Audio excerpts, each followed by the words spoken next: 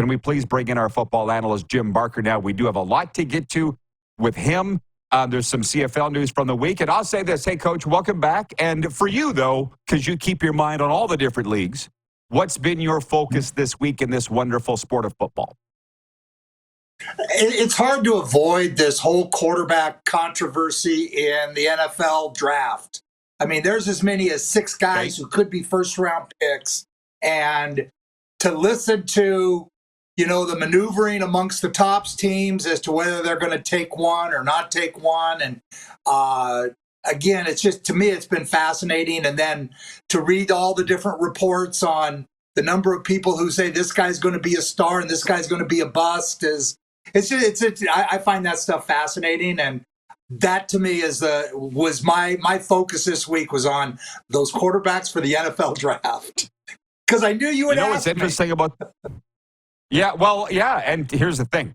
I've been following it too, but I eventually had to shut it off because it's largely speculation. And, buddy, last night I was out for supper with about 8 of my friends. This is Florida, okay? What do you think they were talking about?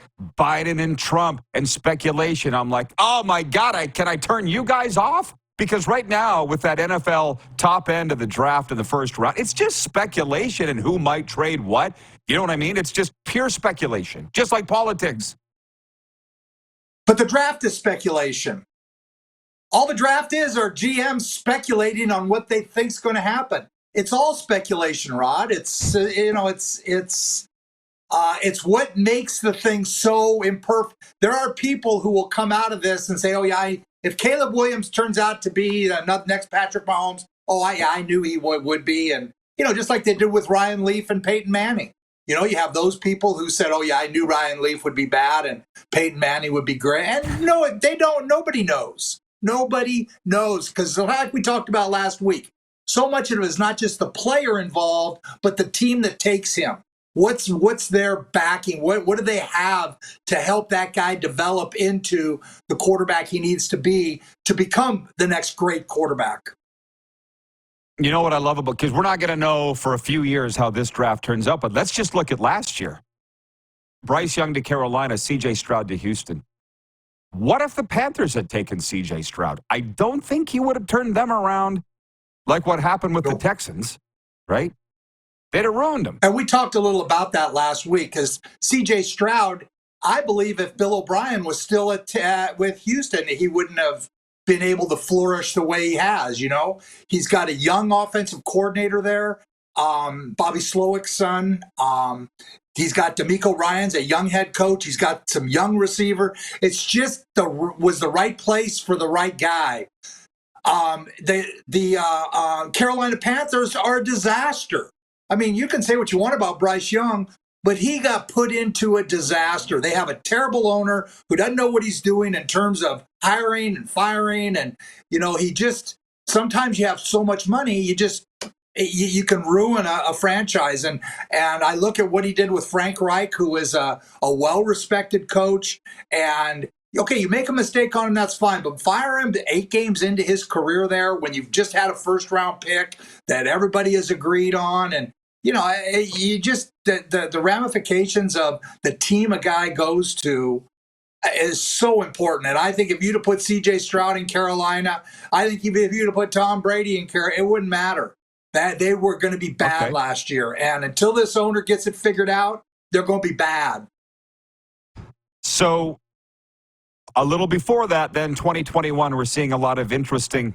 Hi, guys. You got me? Can you hear me, Jim? Because I can't. There we go. Okay. Yeah, I got Thanks, guys. The 2021 draft. There's some analysis out there about that now. Trevor Lawrence at number 1. You got Trey Lance in there. You got Zach Wilson. Probably have the order mixed up. Justin Fields, Mac Jones. Of the guys that made it versus the guys that didn't, are we blaming the player or are we blaming the team?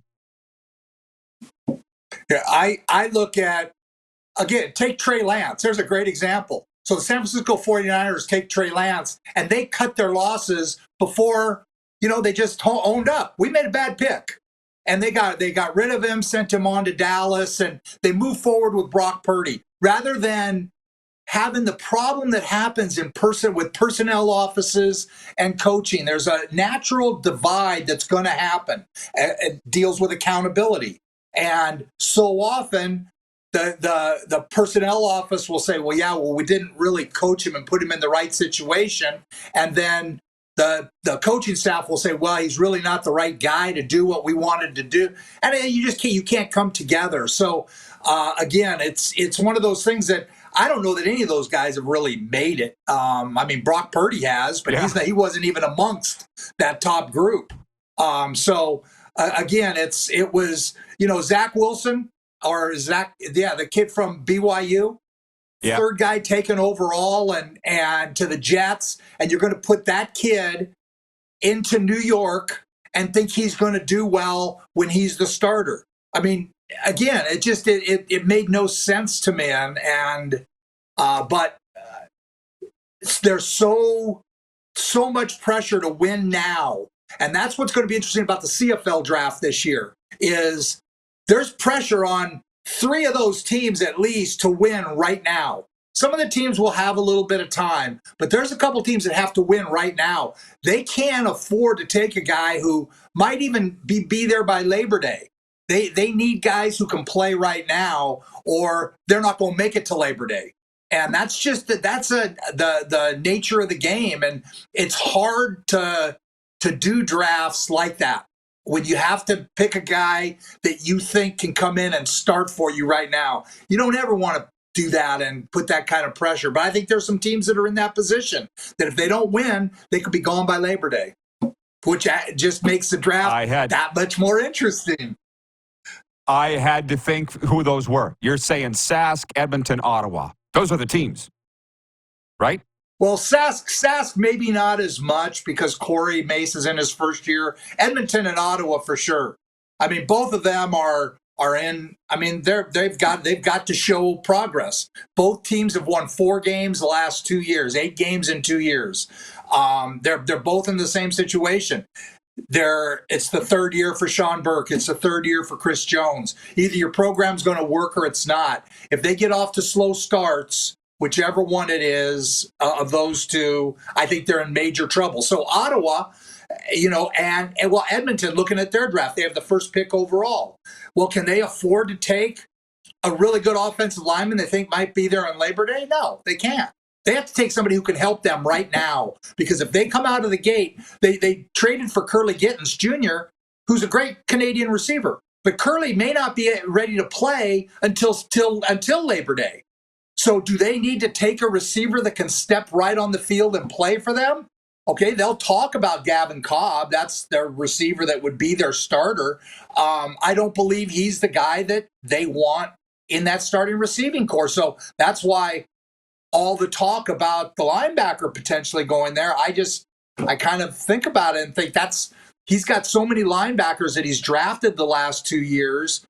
He loves the Apollon boys, and he's got the twins. He's got Broderick that he drafted last year. I don't see that as they took Maconzo. I don't see him taking the linebacker. I see him taking a receiver. So those are the kind of things that make the CFL draft so unique, is you have 2 things to count on. One is people are going to get fired by Labor Day if they don't win now, so they better get a starter. And 2 is, how long are these guys who go to an NFL camp going to be gone? Are they going to be gone for a couple weeks and just go into a camp? Or are they priority free agents? Are they low priority free agents, meaning they probably aren't going to be on a PR? Those are all the things that go into the CFL draft. And that's why I think the later rounds are going to be taken with those kind of guys, because I think there are more people going to be taking this year guys who can come in and play right now in the CFL draft. April 30th. It used to be wait. It used to be the early rounds, and now it's the later rounds. But let me ask you, for the benefit of our Sask fans, because it's our number 1 region for viewership, people are asking me who they're going to take number 3 overall. I have no idea, but you've been at the Combine. You're on top of it. If you were Sask, who would you take number 3 overall?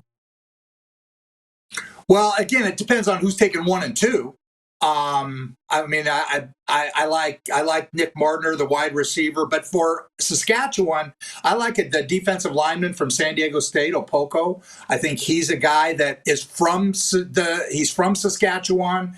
His family moved to Calgary, and he played 4 years at San Diego State. You could see him improve every year. He's still green, but he's very athletic, and he's got great size. He reminds me a lot of Lawal Uguak, who was related to him. The guy who was drafted by Montreal, who's now signed to the NFL. So I like Opoko for them. I know they have DeBuyer, who's an inside guy, but I think that gives them another ratio potential guy in there. So I like Opoko for them. They may go offensive lineman. They may go with somebody like Christy Nakanu, who can play. He's from Washington State. He could play anywhere. He could play left tackle, left guard, center, right guard. He's played on both sides of the line, so that means he's had.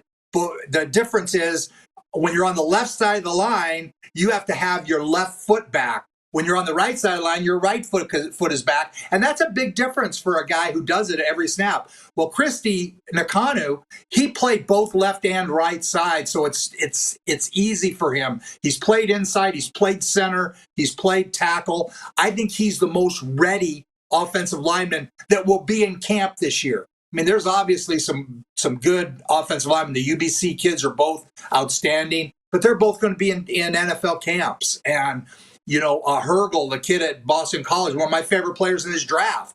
But I just think he's tough enough, and he's got the chops to make it down there. They'll keep him around because he's got that mentality they look for on a practice roster.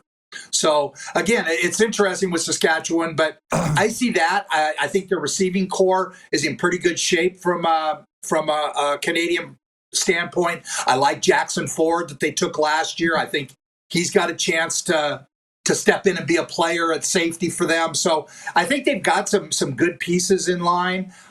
Again, I like the defensive lineman for them. We only have 2 minutes. We've covered a lot of ground here. This has been awesome. I just want your take on Shawn Lemon and all of your CFL stops. Did you ever cross paths with him? I love the Lemonator. He retired this week after his third Grey Cup. What a guy. Yeah, as soon as I heard it, I texted him, and because he's the master of staying in touch with people. If I could stay in touch with people like he does, I'd have been gone long a time ago. He does stay in touch with people. He's a great person. We picked him up from Saskatchewan. Jones got rid of him, and we picked him up in Toronto. He played great for us.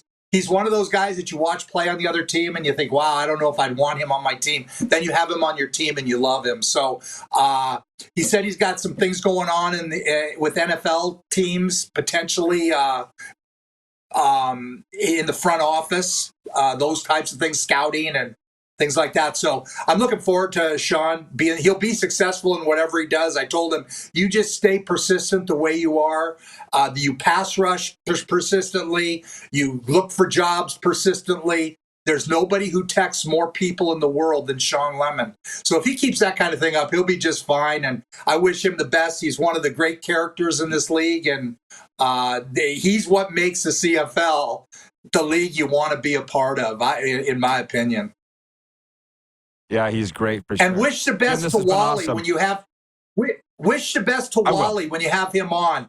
Congratulate him. I was the idiot that thought I could replace him in Calgary, and it was just like your ego tells you, oh, I could do this. I can handle a guy who bought the team so his kid could play quarterback, and it wasn't going to happen. So I have a tremendous amount of respect for Wally.